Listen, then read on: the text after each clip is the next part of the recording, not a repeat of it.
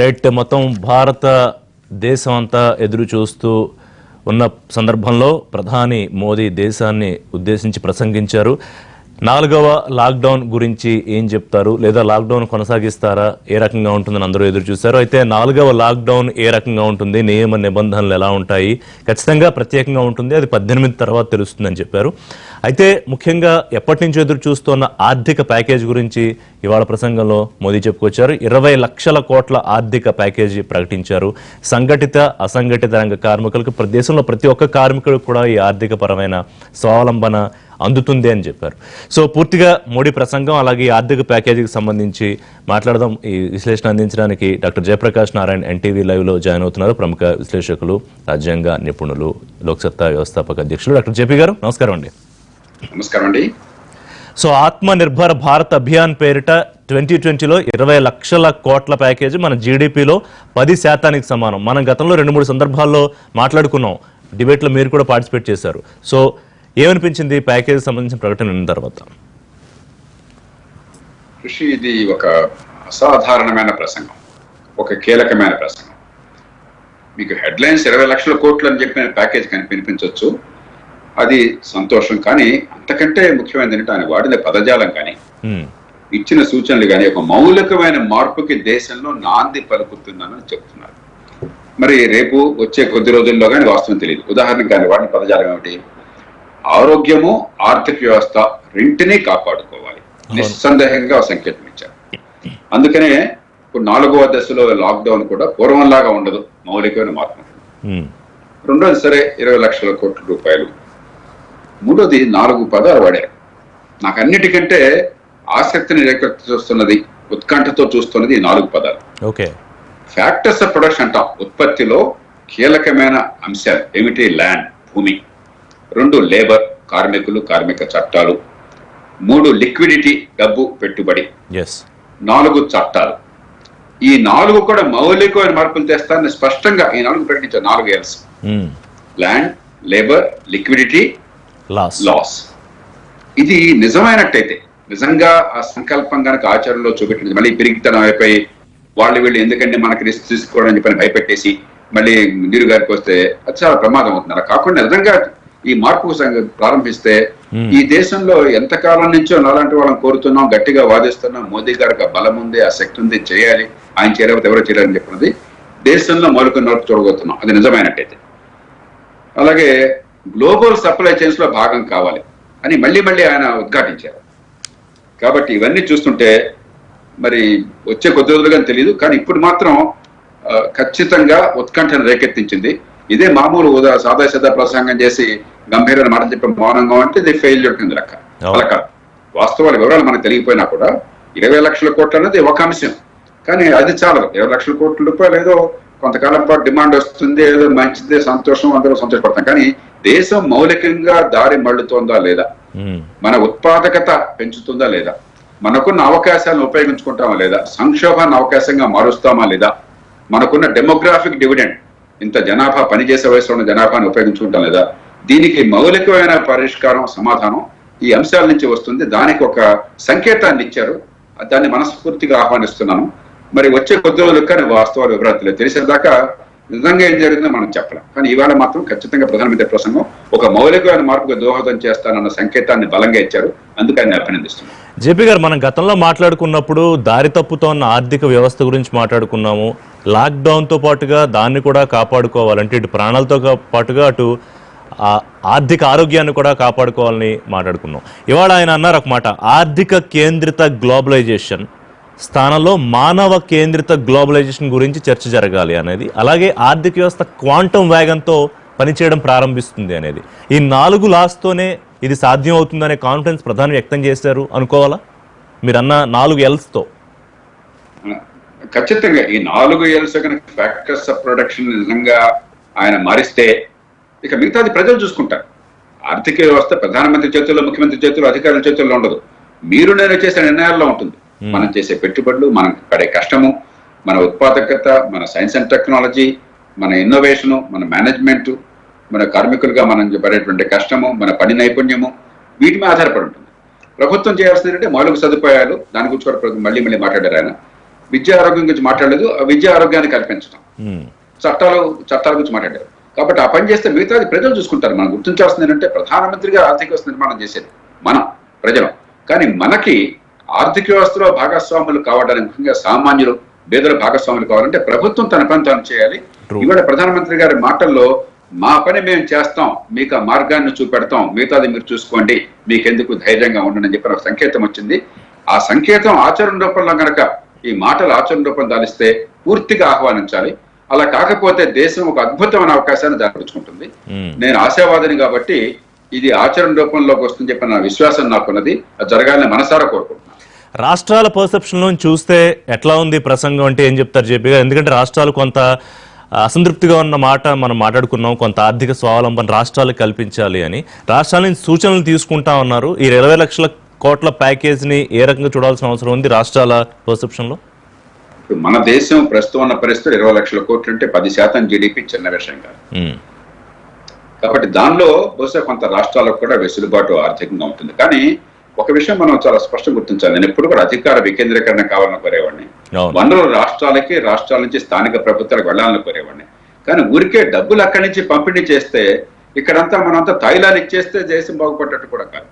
కాబట్టి అంతకంటే ముఖ్యం, ఖచ్చితంగా ఎంత వీలుంటే అంత డబ్బు రావాలి. అంతకంటే ముఖ్యం ఈ దేశంలో సామాన్యుల ఉత్పాదకతని పెంచేది, మన ఉపాధిని పెంచేది, ప్రపంచ మార్కెట్లో మన స్థానాన్ని పెంచేది, గ్లోబల్ సప్లై చైన్ లో మనం అంతర్భాగం చేసేది. ఇది గనక జరిగితే అది అన్నిటికంటే మేలైనటువంటిది. అంటే నేను చూడబోయేది ఏ రాష్ట్రానికి ఎంత డబ్బు వచ్చిందో ఒక చిన్న అంశమే. తాత్కాలిక ముఖ్యమంత్రిలో సంతోషం కలుగుతుంది, అంతేగాని దేశానికి మార్పు రాదు. మౌలికమైన మార్పు వచ్చేది ఈ ల్యాండ్, లేబర్, లిక్విడిటీ లాస్. అది నాకు ప్రమాణం. అన్నిటికంటే ప్రాణం నా దృష్టిలో అది. దాన్ని తీవ్రంగా పరిగణిస్తున్నారా, లేకపోతే పదాలు చెప్పడానికి బాగుంది కాబట్టి సరదాగా చెప్పారా, అది మనకి వచ్చే కొద్ది రోజుల్లో తెలుస్తుంది. జేపీ గారు కొంచెం డీటెయిల్డ్ గా ఈ 4 మీద అనలైజ్ చేసుకుంటే కనుక ల్యాండ్, లేబర్, లిక్విడిటీ, లాస్ ఒకసారి can you please explain detail అండి, ఇన్ డీటెయిల్. ఇప్పుడు భూమి ఉంది మీకు, ఇవాళ పరిశ్రమ పెడితే పాపం అయిపోయిందండి. కనీసం భూమిని సేకరించి పట్టణీకరణకి, పారిశ్రామికీకరణకి, వ్యాపారాల విస్తరణకి పట్టణాల్లో జరిగితే భూమి మీద జరుగుతుంది, కానీ నీళ్లలో జరగదు, గాలిలో జరగదు కదా. అవును, మనకి ఖచ్చితంగా మనం పర్యావరణాన్ని కాపాడుకోవాలి, వ్యవసాయాన్ని కాపాడుకోవాలి. మన దేశంలో విస్తారమైన వ్యవసాయ భూమి ఉన్నది. ప్రపంచంలో అతి ఎక్కువ వ్యవసాయ భూమి ఉన్న దేశం మనది. 12% వ్యవసాయ భూమి ఉన్నది. తెలుసో తెలియకో సెంటిమెంట్ కొద్దీ గత కాలం నుంచి మనకున్న సెంటిమెంట్ కారణంగా పాత సినిమాల్లో చూసేవాళ్ళు గ్రామంలో వ్యవసాయం వదిలేసి పట్టణానికి పోయిన వాడంతా చాలా చెడ్డవాడని, గ్రామంలో మిగిలిన పెద్ద కొడుకు పెద్ద కోడలు చాలా మంచివాడని చెప్పారు. ఎంత పాతకాలపు సెంటిమెంట్లు కూడినటువంటి ఆలోచన. ఆర్థిక వ్యవస్థ పెరిగినప్పుడు వ్యవసాయం పాత్ర వ్యవసాయానికి ఉంది, కానీ పారిశ్రామికీకరణ లేకపోతే, సేవారంగం పెరగకపోతే మనకు ఉపాధి లేదు.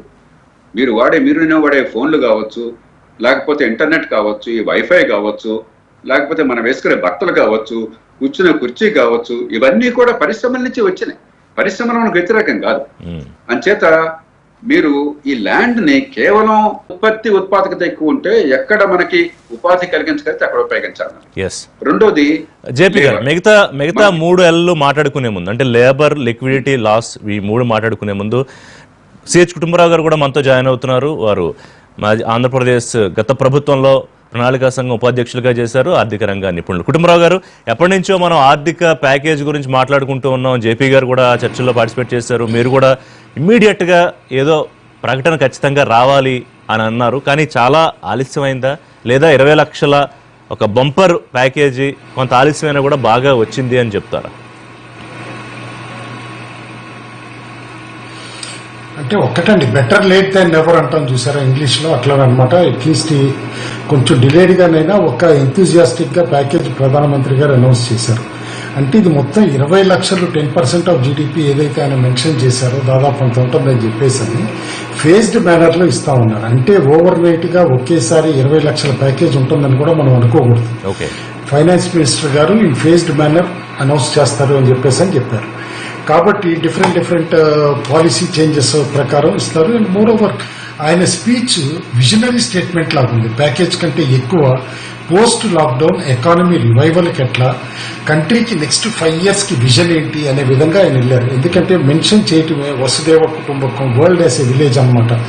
ఆ విధంగా తీసుకుని వెళ్ళేసి ప్రధానంగా ఏదైతే గనక 5 పిల్లర్స్ ఏవైతే ఉన్నాయో ఎకానమీ, ఇన్ఫ్రాస్ట్రక్చర్, ఇటు సిస్టమ్స్, డెమోగ్రఫీ అంటే యువతని ఎట్లా అడ్రస్ చేయాలి, అండ్ డిమాండ్ ఏదైతే కనిష్ట స్థాయికి డిమాండ్ వచ్చేసిందని మనం ఎంతైతే భయపడ్డామో ఆ డిమాండ్ అడ్రస్ చేయడానికి 5 పిల్లర్స్ ని అడ్రస్ చేస్తాము అని చెప్పేసి క్లియర్ గా చెప్పడం. ప్లస్ ఏదైతే ఇప్పుడు ప్రస్తుతం ప్రపంచవ్యాప్తంగా గ్లోబల్ చైన్ లో చేంజెస్ వస్తాయి. చైనా అంటే కొంతమందికి కొన్ని దేశాలకు ఎవర్షన్ వచ్చేసి కూడా ఇటు కంపెనీస్ కూడా షిఫ్ట్ అయ్యే పాసిబిలిటీ ఉంది. కాబట్టి ఇండియాకు ఒక ఆపర్చునిటీ ఉంటుంది. కాబట్టి గ్లోబల్ చైన్ లో ఒక మేజర్ పార్టిసిపెంట్ గా అవడానికి పాలసీ చేంజెస్ ఉంటాయని చెప్పేసి కూడా ఆయన చెప్పడం అన్నమాట. క్లియర్లీ చూసాం మనం.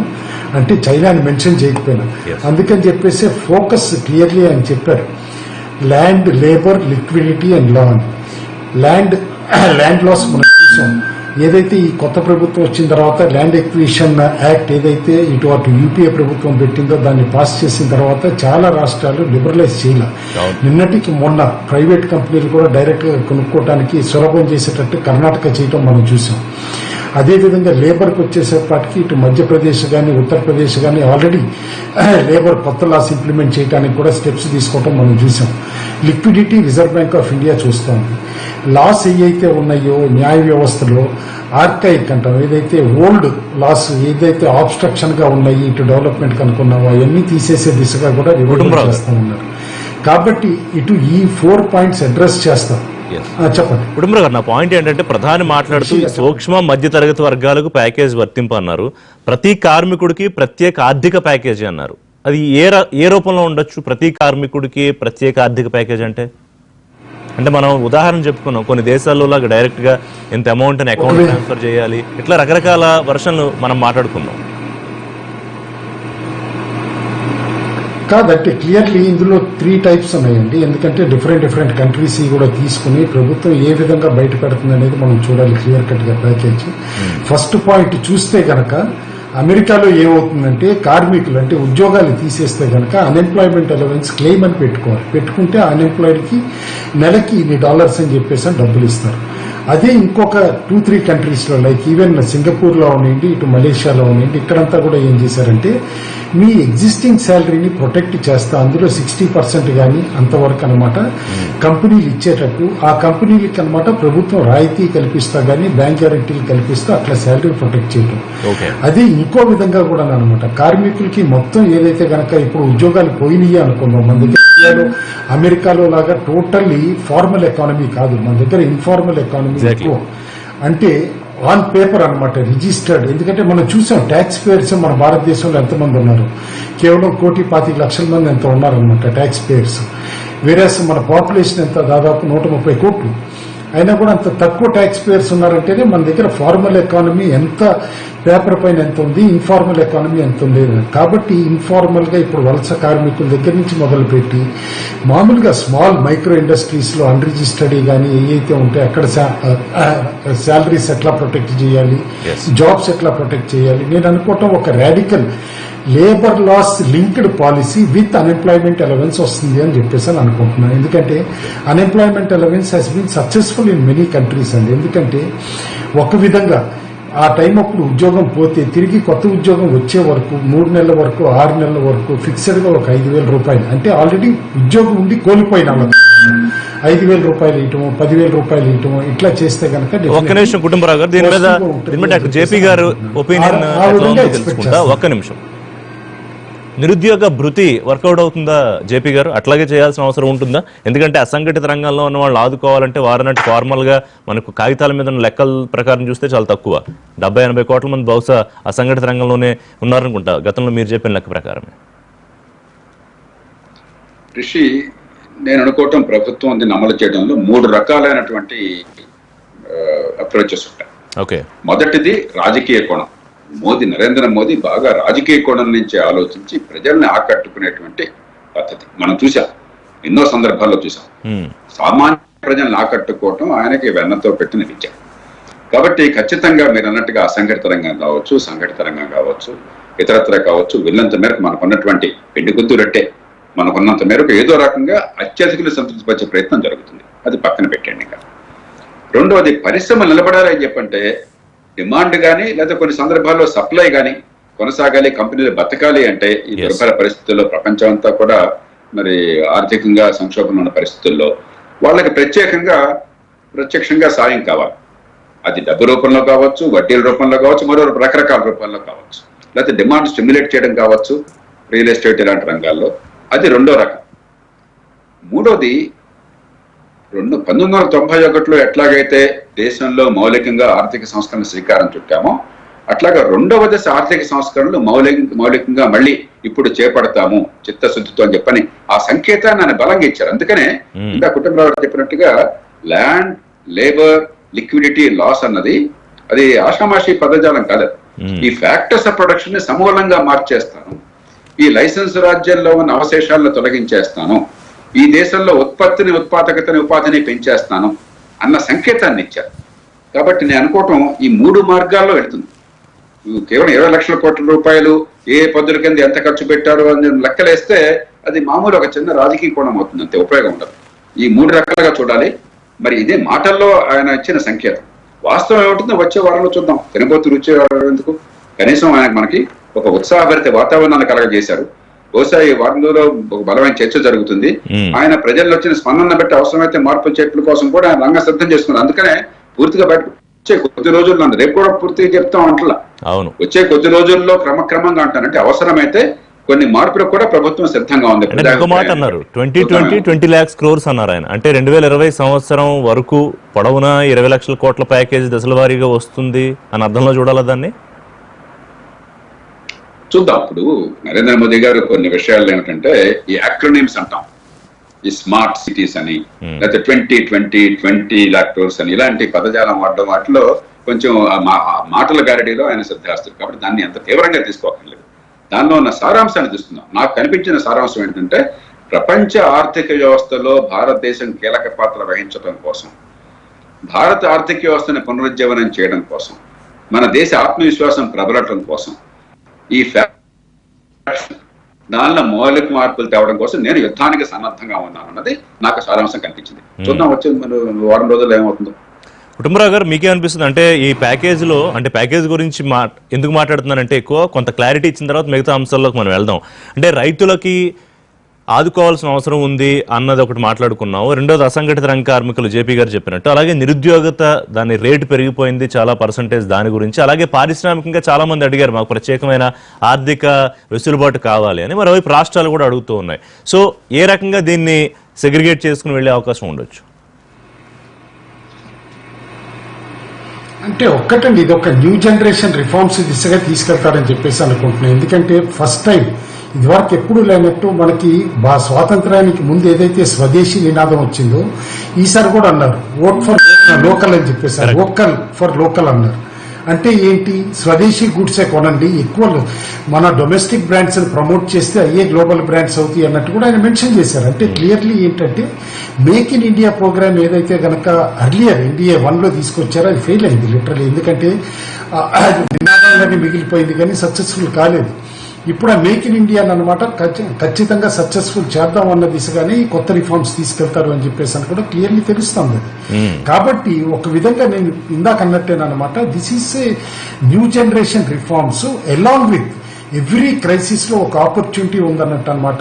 ఈ COVID-19 క్రైసిస్ లో ఏదైతే ఎక్స్ట్రాడినరీ టైమ్స్ ఉన్నాయో ఆ టైం అప్పుడు కొన్ని ఎక్స్ట్రాడినరీ డెసిషన్స్ కూడా తీసుకుంటారు. లాస్ లో డిఫరెంట్ లాస్ లో చేంజెస్ అనమాట, లేబర్ లాస్ దగ్గర నుంచి అన్ని కూడా తీసుకొచ్చేసి ఇటు ఉద్యోగ కల్పనకు కూడా అనమాట ఒక రాడికల్ ఇండస్ట్రియలైజేషన్ మూవ్స్ కూడా తీసుకుని, ఎందుకంటే ఇంతకుముందు నితిన్ గడ్కరీ గారు కూడా మాట్లాడటం కొద్ది రోజుల క్రితం అనమాట, ఇట్లా లార్జ్ ఇండస్ట్రియల్ పార్క్స్ తయారు చేస్తాం, లగ్జంబర్గ్ కంటే డబుల్ గా ఉండే ల్యాండ్ తోటి ఇట్లా అని చెప్పటం, ఇవన్నీ కూడా హింట్స్ చూస్తూ ఉంటే we're in for an good reform package as of now అని చెప్పేసి అనుకుంటున్నా. అయితే మోర్ క్లారిటీ రావాలంటే ప్రధానమంత్రి గారు చెప్పినట్టు ఆర్థిక మంత్రి గారు ఈ ఫేజ్డ్ మేనర్ ఏదైతే అనౌన్స్ చేస్తారో ఏ విధంగా. ఇక్కడ ఒక్కటే నా భయం ఏంటంటే ఫ్రీక్వెంట్ గా మనం చూసాం, నేను ఇదివరకు కూడా అన్నాను, ఆల్రెడీ ఫోర్స్ అని చెప్పేసి ఏదైతే కమిటీ పెట్టిందో కేంద్ర ప్రభుత్వం, వాళ్ళు కోవిడ్ సెస్ అని రికమెండ్ చేశారు. కాబట్టి ఒక పక్కన ప్యాకేజ్ అనౌన్స్ చేస్తా, ఈ ప్యాకేజీకి కావాల్సిన డబ్బులు ఓవర్ 2 years కానీ 3 years కానీ కావాల్సి వస్తే కనుక డబ్బులు ప్రజల దగ్గర నుంచి వసూలు చేసే దిశగా పన్నులు పెంచకూడదు, ఏదో సెస్ అని చెప్పేసి ఎక్కువ వేయకూడదు అని చెప్పేసి కోరుతున్నా. అండ్ రిట్రాస్పెక్టివ్ అమెండ్మెంట్స్ కానీ ఇలాంటి ఇవి కూడా ఆర్థిక మంత్రి గారు తీసుకోరు అని చెప్పేసి అని అనుకుంటున్నా. టాక్సేషన్ రిఫార్మ్స్ దాటానికి కూడా ఇది ఎక్సలెంట్ టైం అనమాట. ఈ టైం అప్పుడు టాక్సేషన్ రిఫార్మ్స్ ఇవన్నీ కూడా ఆర్థిక మంత్రి గారు వెసులుబాటు చేస్తారని చెప్పేసి అనుకుంటున్నా. ఎందుకంటే ఇవాళ ప్రధానమంత్రి గారు ఇచ్చిన స్పీచ్ కానీ ఆయన ఇచ్చిన ఎంతూజియాజం తోటి చేసిన దాన్ని బట్టి చూస్తే మాత్రం ఒక దిశ నిర్దేశించడానికి ప్రిపేర్డ్ అయి ఉన్నాను అన్నట్టు ఆయన చెప్పడం కూడా జరిగింది. ఎగ్జాక్ట్లీ. జేపీ గారు, ఇప్పుడు కుటుంబరావు గారు వ్యక్తం చేస్తున్న అనుమానం అలాంటి ప్రమాదం ఏమైనా ఉంటుందని మీరు అనుకుంటున్నారా? అప్పుడు మళ్ళీ ఇబ్బంది అవుతుంది. ఎందుకంటే ఆయన ఒక మాట అన్నారు, అందరూ కలిసి పోరాడుతున్నాము, ఎస్ కష్టకాలంలో ఉన్నాము, సంక్షోభంలో ఉన్నాము, అయినా భారతీయులంతా ఒకటిగా నిలబడి ముందుకెళ్తున్నాము, ఇవన్నీ చెప్పినప్పుడు మళ్ళీ తిరిగి మన ఎత్తి మీద మా నడ్డి విరగొడతారా అంటే మళ్ళీ ప్రజల్లో కొంత అసహనం వచ్చే అవకాశం ఉంటుంది. అంటే ఆయన చెప్పిన మాటల్లో రేషనల్ ట్యాక్సెస్ అన్నారు, బలమైన ఇన్ఫ్రాస్ట్రక్చర్ అని చెప్పన్నారు, మరి ఫైనాన్షియల్ సిస్టమ్, అగ్రికల్చర్ అన్ని పట్టించుకుంటా అన్నారు. కాబట్టి నేను ఆశావాదిని కాబట్టి ఆయనలో ఒక సమగ్రంగా దేశాన్ని ముందుకు తీసుకెళ్ళాలి. 5 ఏళ్ల కాలాన్ని అధికారం ప్రజలు ఇచ్చినంత బాగా ఉపయోగించుకోలేకపోయినాం, ఏ కారణం అన్నా కానండి. ఇప్పుడు ఇది మరో సంక్షోభం అవకాశాన్ని ఇచ్చింది. ఇంకో 4 ఏళ్ల పాటు పదవీ కాలం 4.5 ఏళ్ల పాటు ఉన్నది. కాబట్టి ఖచ్చితంగా చాలా బలంగా ఈ దేశంలో మార్పుకి నడుం కట్టాలి. ఇది నాకు లెగసీ. ఒక ప్రధానమంత్రిగా, ఒక బలమైన ప్రధానమంత్రిగా ఇది చరిత్రలో నాకు నిలిచిపోయే అవకాశం అని చెప్పిన భావన నాకు ధ్వనిస్తున్నది. మరి వచ్చే కొద్ది రోజుల్లో చూద్దాం ఏ మేరకు మరి మన ఆశావాదం నెగ్గుతుందో, లేకపోతే మామూలు రాజకీయం, మామూలు పంపిణీలు, మామూలు తాయిలాలు, మామూలు ఎన్నికల్లో ఓట్లు, అధికారం మొట్టమొదటి తర్వాత చూసుకుందాం దేశం అవుతుందో ఆ రకమైన ఆలోచన ప్రబలిపోతుందో అని చెప్పన్నది వచ్చే వారం తెలుస్తుంది. కానీ నాకు ఒక విశ్వాసం ఉన్నది, ఇవాళ వాడిన భాషను బట్టి, ఆయన చెప్పిన మాటలను బట్టి దేశంలో మౌలికమైన మార్పుకి నాంది పలుకుతున్న భాష ధ్వనించింది. జేపీ గారు, ఇప్పుడు కుటుంబరావు గారు అన్నారు మేక్ ఇన్ ఇండియా అనేది ఫెయిల్ అయిందని, కానీ వాళ్ళ ప్రధాని స్వదేశీ నినాదాన్ని ఎట్లా చూడాలి? దాన్ని ఇంప్లిమెంట్ చేసుకోవాలంటే స్వదేశీ ఉత్పత్తుల దాన్ని మెరుగుపరుచుకోవాలా, ఉత్పాదకని క్వాలిటీని, లేదా విదేశీ దిగుమతులను పూర్తిగా నియంత్రించేసుకోవాలా? ఎట్లా ముందుకెళ్ళాలి దాంట్లో ఆ అంశంలో? ఇప్పుడు ప్రధానమంత్రి ప్రసంగంలోనే చాలా వైరుధ్యాలు ఉన్నాయి. ఓ పక్కన గ్లోబల్ సప్లై చైన్ లో మనం అంతర్భాగం కావాలి, దాన్ని ఉపయోగించుకోవాలి, బాగా సప్లై చైన్ లో మనం కీలక పాత్ర వహించాలి. మీరు గ్లోబల్ సప్లై చైన్ లో భాగం కావాలని మళ్ళీ నా దేశాన్ని నేను ఉత్పత్తి చేసుకుంటానంటే, మా ఇంటికి వస్తే మాకేం తెస్తావు, మీ ఇంటికి వస్తే మాకేం ఇస్తాం అన్నది మనం కడుసుగా ప్రజలకు చెప్పొచ్చు. కానీ అది జరగదు ప్రపంచంలో ఎక్కడ కూడా. అది పూర్వకాలం, అది 70 ఏళ్ల క్రితం నినాదం, 50 ఏళ్ల క్రితం నినాదం. మనం దిగుమతులు ఆపేయాలి, అంటే ఒక నిమిషం కుటుంబరావు గారు పాయింట్ చెయ్యెత్తుతున్నారు. ఒక నిమిషం కుటుంబరావు గారు దగ్గరికి వచ్చే ముందు జేపీ గారు, అంటే స్వదేశీ నినాదం అనేది ఇవాళ ఉన్న గ్లోబలైజేషన్ పరిస్థితుల్లో వర్కౌట్ అవదంటారా మీరు అనేది? ప్రధానమంత్రి గారు ఒక రాజకీయ నాయకుడు, ఆయన పార్టీలోనే ఆయన. జేపీ గారు, I'll just come back to you in a minute మీ దగ్గరికి వస్తా. కుటుంబరావు గారు, ఇప్పుడు ఇందులోనండి, ఎందుకంటే నేను స్పెసిఫిక్ గా స్ట్రెస్ చేసింది ఆయన వోకల్ ఫర్ లోకల్ అన్న దానిలో కాస్త మోర్ డీపర్ గా మనం చూడాల్సి వస్తుంది. ఎందుకంటే it is a visionary statement అని చెప్పేసి అని అంటాను. ఎందుకంటే ఆయనకి తెలుసు, ప్రధానమంత్రి గారికి కూడా తెలుసు, ప్రభుత్వానికి కూడా తెలుసు, మేక్ ఇన్ ఇండియా సక్సెస్ఫుల్ కాలేదు ఇంతకాలం, ఇప్పుడన్నా సక్సెస్ చేద్దాం, ఈ క్రైసిస్ ఆపర్చునిటీగా తీసుకుని చేద్దాం అని చెప్పేసి క్లియర్లీ అన్నారు. ఇందులో 2-3 పాయింట్స్ ఆయన ఏదైతే 5 పిల్లర్లు మెన్షన్ చేసేటప్పుడు టెక్నాలజీ డ్రివెన్ అని ఏదైతే అన్నారో that will also become key. ఎందుకంటే India has been back office అనమాట టెక్నాలజీలో. చాలా యుఎస్ కానీ, యూకే కానీ, మేజర్ యూరోపియన్ కంట్రీస్ కానీ అన్నిటికీ కూడా we have been back office. అన్నిటికంటే బాగా పెరిగిన సెక్టర్ ఇది ఐటీ సెక్టరే భారతదేశంలో కూడా. కాబట్టి ఐటీ సెక్టర్ ని కూడా టోటల్ గా లివరేజ్ చేసుకుందాం, 21st సెంచరీ డ్రీమ్స్ ని సాకారం చేద్దాం, అదేవిధంగా ఇన్ఫ్రాస్ట్రక్చర్ కూడా గ్లోబల్ క్లాస్ చేయాలి. అంటే ఈ కొన్ని స్టేట్మెంట్స్, విజనరీ స్టేట్మెంట్స్ పేపర్ పైన కాకుండా రేపు ట్రాన్స్లేట్ ఎట్లా అవుతాయి, ఇంప్లిమెంటేషన్ లో ఎట్లా అవుతాయి అనేది మనం చూడాల్సి వస్తుంది. ఖచ్చితంగా నేను ఇప్పుడు జేపీ గారు వ్యక్తం చేసిన అనుమానాన్ని బట్టి కొంత వైవిధ్యం ఉంది ఈ స్వదేశీ నినాదంలో. ఎందుకంటే అంతకు ముందు నేను ఒక పాయింట్ చెప్పాను, ఆర్థిక కేంద్రిత గ్లోబలైజేషన్ అంటే ఫైనాన్షియల్ ఫోకస్డ్ గ్లోబలైజేషన్ నుంచి మానవ కేంద్రిత గ్లోబలైజేషన్ దిశగా ప్రయాణం జరగాలి, చర్చ జరగాలి అన్నప్పుడు ఎట్లా కుదురుతుంది స్వదేశీ వ్యవహారం? అంటే ఎట్లా దీన్ని మనం డిఫర్ చేసుకుని మాట్లాడుకోగలుగుతామని? లేదు, ఇక్కడ క్లియర్లీ జేపీ గారు చెప్పిన పాయింట్ క్లియర్లీ క్లారిటీ తోటి ఆయన చెప్పారండి. ఎందుకంటే అది కాదనలేదు నేను. ఎందుకంటే చాలా మంది రిపీటెడ్ గా చైనాని ఇప్పుడు ప్రిఫర్ చేయరు, కంపెనీలు వలసకు వస్తాయి, అందులో ఇండియా ఆపర్చునిటీ క్యాష్ చేయాలి ఇట్లా అంటున్నారు. కానీ we're in for a deglobalization phase. Once deglobalization అనమాట మనకి ఏమవుతుందంటే ఒక కంట్రీలో ఉన్న డిమాండ్, సప్లై, కన్సంప్షన్ ఎట్లా ఉంది, ఐ ఫ్యాక్టర్స్ ఎక్కువ ఇంపార్టెంట్ అవుతాయి. ఇవాళ రిమార్కబుల్ గా ప్రధానమంత్రి గారు స్ట్రెస్ చేశారు దానిపైన. ఎందుకంటే కన్సంప్షన్ డిమాండ్ ని అడ్రస్ చేయాల్సి వస్తుంది. ఆ విధంగా నేను చెప్పేశాను.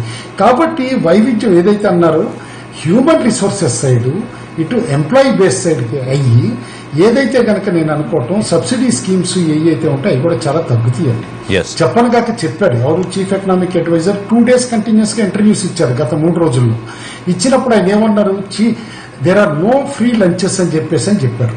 అంటే మామూలుగా ఫ్రీ భోజనాలు ఏదైతే ఎక్స్పెక్ట్ చేస్తున్నారో ఇప్పుడు ప్రతిదీ రాష్ట్ర ప్రభుత్వాల దగ్గర నుంచి కొన్ని కేంద్ర ప్రభుత్వ స్కీమ్స్ కూడా తీసేయాల్సి వస్తుంది, రేషనలైజేషన్ అవుతుంది. ఎందుకంటే ఇలాంటి కొత్త ఒరవడికి దారి తీసేటప్పుడు అనమాట కొన్ని ఖచ్చితంగా నేను అనుకోవటం సబ్సిడీస్ కూడా కట్ అయ్యే పాసిబిలిటీ ఉంది. దానికి ఈయన గాక హింట్ కూడా ఇచ్చారు అని చెప్పేసి నేను అనుకుంటున్నానండి. Important point you have made an important point Kutumbarao గారు. With a human face. చిన్న బ్రేక్ తీసుకుంటా. బ్రేక్ తర్వాత జేపీ గారు, కొత్త ప్రయాణం ప్రారంభించబోతున్నామా పోస్ట్ కరోనా తర్వాత? మీరు అన్నట్టు political angle is very important for state government కానివ్వండి, సెంట్రల్ గవర్నమెంట్స్ కానీ. సబ్సిడీస్ అనేవి ప్రాణము, దాని నుంచి ఓట్ల రాజకీయం ఎట్లా చేస్తాం మనకు తెలుసు. కానీ దేశాన్ని ఉద్దేశించి మాట్లాడిన తర్వాత దానికి సంబంధించి చర్చ చేస్తున్నాం. డాక్టర్ జేపీ గారు లైవ్ లో ఉన్నారు, కుటుంబరావు గారు కూడా మనతో డిబేట్ లో ఉన్నారు. రైట్, జేపీ గారు, ఇందా కుటుంబరావు గారు రేస్ చేసిన పాయింట్ గురించి నాకున్న సందేహం ఏంటంటే, కొత్త భారతదేశాన్ని సాక్షాత్కరించుకోవాల్సిన ఆవశ్యకత ఉంది అన్నప్పుడు ఈ సబ్సిడీలు తగ్గించుకుంటూ వెళ్ళడం అనేది ఒక ఆప్షన్ గా నిజంగా తీసుకునే అవకాశం లేదా అంత సాహసం ప్రభుత్వం తీసుకుంటుందా? ఋషి, మనం ఒక ప్రజాస్వామ్య సమాజంలో ఉన్నాం, ఒక నిరుపేద దేశంలో ఉన్నాం. మరి ఎన్నికలు పార్టీలకు ముఖ్యం కాబట్టి ఉన్నతి తగ్గించడం నేను ఆశించడంలా. కానీ పెరుగుతున్న ఆర్థిక వ్యవస్థలో ఉన్నది అట్లాగే కుదించేస్తే, కిందకి పెంచకుండా ఉంటే ఉన్న కొద్దీ దాని శాతం తగ్గుతుంది, దాన్ని భరించడం తేలికవుతుంది. ఓకే. కాబట్టి అదనంగా మనం పెట్టే వనరులన్నీ కూడా మౌలిక సదుపాయాలు, మంచి ప్రమాణాల విద్యకు ఖర్చు కూడా పెట్టక్కర్లా, మంచి ఆరోగ్యం, మిగతా వాటికి అనవసరంగా ఖర్చు పెట్టిన తర్వాత చట్టబద్ధ పాలన, వాటి కోసం వినియోగించి మనం ఈ కొత్తగా సబ్సిడీల భారం కొంచెం పెరగకుండా తాత్కాలికంగా సంక్షోభం వచ్చినప్పుడు వేతనం ఆదుకోవడం కోసం కొంత డబ్బు విధించాలి. కానీ అదే పనిగా అది పెరగకుండా ఉన్నది కొనసాగిస్తే సరిపోతుంది. ఇక ముందు ఏం చేస్తామన్నది ముఖ్యం. ఎందుకంటే మన దేశాలు ఒక 5-10 ఏళ్ల పరిస్థితి తీవ్రంగా మారిపోతుంది. సంపన్న దేశాలు పెద్దగా ఆర్థిక పరిస్థితి మారదు, ఎందుకంటే అప్పటికే ఎవరి శిఖరాన్ని ఎక్కి ఉన్నారు వాళ్ళు, మనం కింద ఉన్నాం. అంచేత చాలా వేగంగా ఆర్థిక వ్యవస్థ పెరిగే దేశాలు మన లాంటి దేశాలు. అంచేత కనీసం ఉన్నదాన్ని కనుక పెరగకుండా కట్టడి చేయగలిగితే, ఒక శాఖ ధైర్యం అన్నట్టయితే ఎఫ్ఆర్బిఎం లాంటి చట్టాన్ని ఈ రెవెన్యూ వ్యయానికి కూడా, ముఖ్యంగా అనుత్పాదక వ్యయానికి కూడా వర్తింపజేసి ఒక చట్టాన్ని సమగ్రంగా తయారు చేసి దాన్ని అమలు చేయగలిగితే అది సరిపోతుంది. ఉన్నది తగ్గించక్కర్లేదు. తగ్గించడం అనేది కొంచెం మరీ అత్యాశ అవుతుంది, అది జరుగుతుందని నేను అనుకోవట్లేదు. కానీ ఇప్పుడు రాష్ట్రాలన్నీ కలిస్తేనే కేంద్రము, రాష్ట్రాలు తమ హక్కుల గురించి అడుగుతున్న పరిస్థితి. మీరన్న ఎఫ్ఆర్బిఎం చట్టం కానివ్వండి, లేకపోతే మరో రకమైన జిఎస్టీలో మరికొన్ని మినహాయింపులు కానివ్వండి, ఇట్లాంటి వాటిని ఈ సందర్భంగా కేంద్రం పట్టించుకోవాల్సిన అవసరం ఉందా? కొంతమేరకు ఖచ్చితంగా ఎఫ్ఆర్బిఎంలో కొంతమేరకు సడలింపులు అవసరం, కానీ షరతులతో కూడిన సడలింపులు. అలా కాకుండా గేట్లు ఎత్తేస్తే ఈ డబ్బంతా కూడా అప్పుల భారం పెంచేసి మళ్ళీ తాయిలాలు పనిచేస్తే ఆర్థిక వ్యవస్థ పెరగడానికి, ఉపాధికి, ఆరోగ్య వ్యవస్థకి కాకుండా అది దేశానికి మరింత అశనిపాతం అవుతుంది, మనకు గురవుతుంది. కాబట్టి షరతులతో కూడినటువంటి సడలింపు నా దృష్టిలో అవసరము. మరి చూద్దాం ఏం చేస్తారు. కుటుంబరావు గారు, సేమ్ అగ్రీ అవుతారా జేపీ గారు చెప్పిన వర్షన్తో?